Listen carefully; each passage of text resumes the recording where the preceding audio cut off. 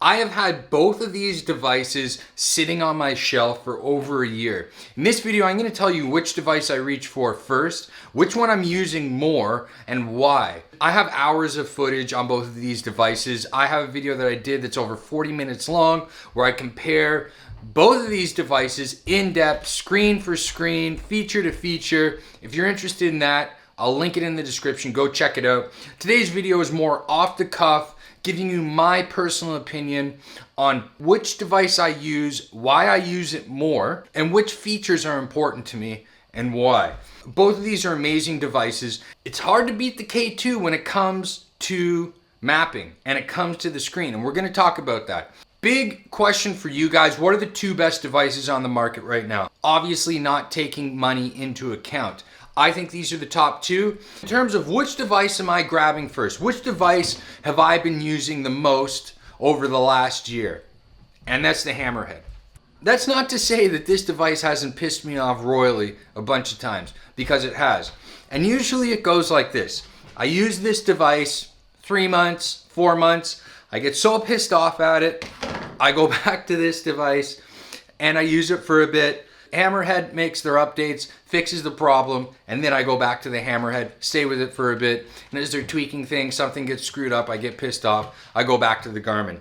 The Garmin, it's a rock solid device, it works very well, but sometimes it's glitchy. Sometimes the map stalls, sometimes you can't pan the map, sometimes it stalls when you touch the touch screen.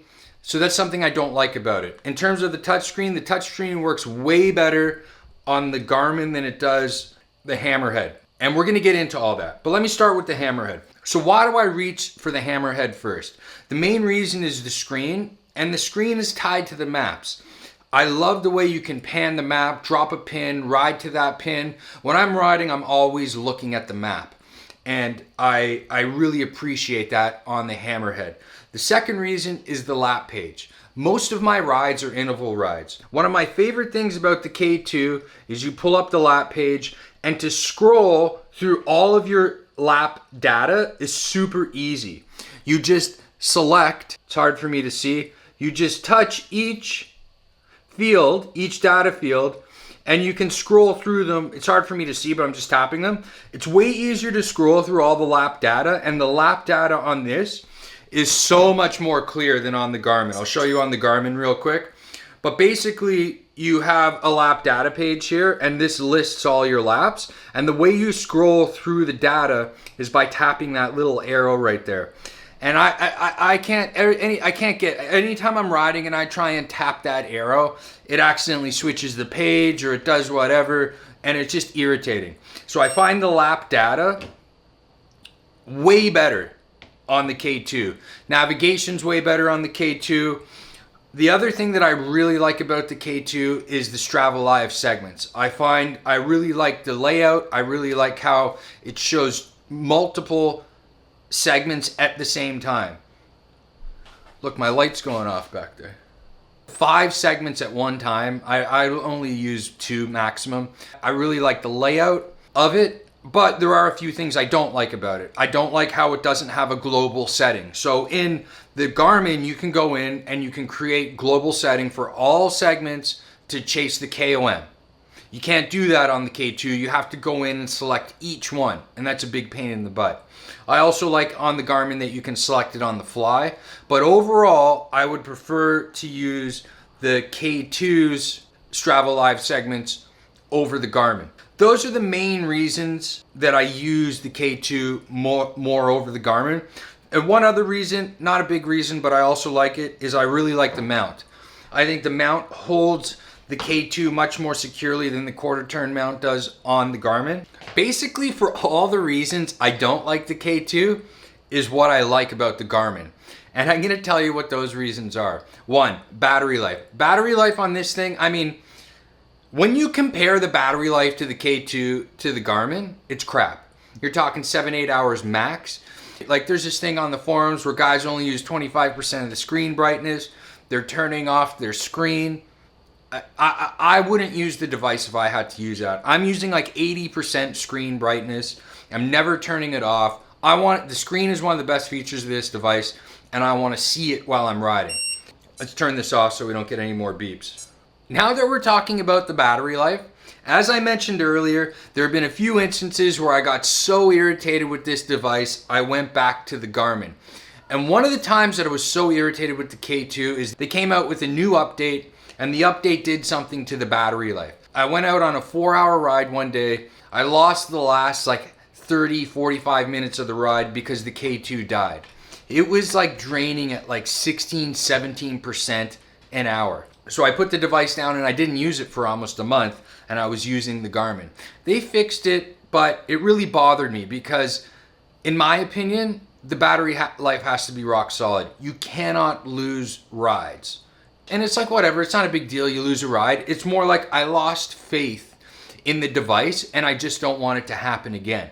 And that's one of the positives with the Garmin. It is rock solid in terms of not losing a file because the battery life is so long and it's not going to die. And if it does die, it automatically saves the file in there. You're not going to lose a file on the Garmin. And that's such a benefit, that's such a plus for the Garmin over the K2. Next major problem with the K2 is the sensors. Sometimes my Di2 sensor connects where I can change pages with the hood buttons, start the ride with the hood buttons, etc. It's been better recently, but sometimes the Di2 connects, sometimes it doesn't. But the biggest problem with the sensors on the K2 is if I'm in the middle of a ride, I do a Saturday ride with my friends, we go and we stop at a coffee shop. Once I start up again, it takes forever for the sensors to reconnect. The sensors on the Garmin are amazing. I rarely have any issues with sensors connecting on the Garmin. They connect, they reconnect. It's not something I have to worry about.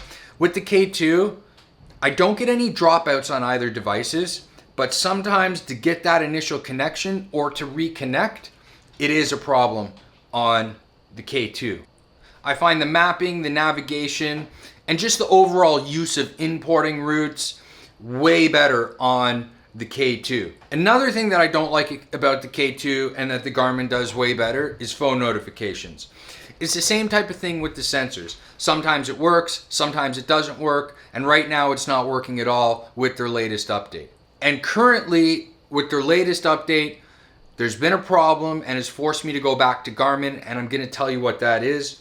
But that's the other thing. The phone notifications, the sensors, the battery life, these are unpredictable things with the K2 that have forced me to go back to the Garmin. Another thing that I dislike about the K2 is the way it connects to the lights. As you could see, when I turned on the Garmin, the lights connected right away. They started working right away. There's a download for the Garmin that gives you a page where you can control all of your lights. Shows you the battery life, etc. The K2 does not have that much features when it comes to the lights. It connects, turns them on, turns them off. You can't really see the battery life like you can on the Garmin. I think if you drill down on it in the sensor menu on the K2, you can see the battery life. But it's just not as intuitive and not as feature rich. It's the same thing with your power meter. When you calibrate your power meter with the Garmin, it returns a calibration number, 24, -32, whatever the number is, and you can see it on your Garmin. It doesn't do that on the K2. There's also a calibration prompt. You can pull down the menu on the Garmin and it brings you right to the calibration prompt. You have to go through the sensor menu on the K2. That's something I dislike about the K2. This is what I use the device for most. My average ride is 3 to 5 hours, so the battery life isn't a big concern for me. There's one other thing that I really like about the K2 that the Garmin doesn't have. The K2 always at the top left of the screen, right where it says auto pause, let's see if I can get it to go, there you go. So no matter where you are, what page you are on the ride, it shows you your ride time at the top left. And I really like that because it ultimately gives you an extra data field. Garmin doesn't have that. Those are the reasons that I've been reaching for the K2. I think one day this could be the best device on the market, barring Garmin doesn't come out with a new device or another company doesn't come out with a new device. Once K2 gets all of their features done and gets it working, because that's the biggest problem with the K2, is there's a problem with the sensors. There's a problem with the Strava Live segments. There's a problem with the battery. And this is because they're working to upgrade this device and make it better. If they can get everything working and you don't have a problem with the device where your sensors drop or whatever. There's always going to be little problems, but it's more on the K2. If they can get it within a reasonable margin of error, like the Wahoo, like the Garmin, then in my opinion, this would be hands down my favorite device. But because there's trouble with the sensors and the battery life and all these things that I've mentioned, it's hard to 100% rely on this device. I'm a tech geek. I love tech stuff. I love new stuff. So I think that's why I'm drawn to this device. Garmin's not 100%. Like I said, sometimes it's laggy. Sometimes the touchscreen doesn't work, doesn't react right away. But it is a tried, tested, true device. I know some people might disagree with me on that. And I know in the comments, this device is $600, this device is $400. Why are you comparing these two devices? They're not in the same category. And I disagree. In my opinion, these are the two best devices you can buy right now. If I'm wrong, let me know in the comments. I know there's a lot of Wahoo guys out there. It's a great device. I personally don't like it. If you like it, great. More power to you. Nothing wrong with it. Just in my personal opinion, these are the two best devices right now for me. I do not have a relationship with Garmin at all. I have never talked to anyone at Garmin. I have bought all my devices online just like anyone else. HammerHead, I paid full price for all of my devices, but I am part of their advanced testing group. And what that is every 2 weeks, a new software update is sent to my device. I'm part of about 100 people. We're all on an online forum and we test it and we give our feedback. In terms of monetary value, HammerHead has given me nothing. I have given them nothing. I'm only part of this advanced testing group. But I think it's important that you guys know that up front.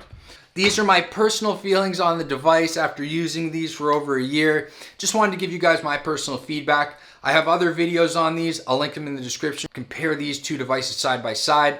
Just wanted to put this out there, tell you guys how I feel about it. Hopefully this was helpful for you. Please make sure to subscribe. Just hit that button. Helps me out so much. I really appreciate it, guys. Please comment. Would love to hear your opinion on these two devices.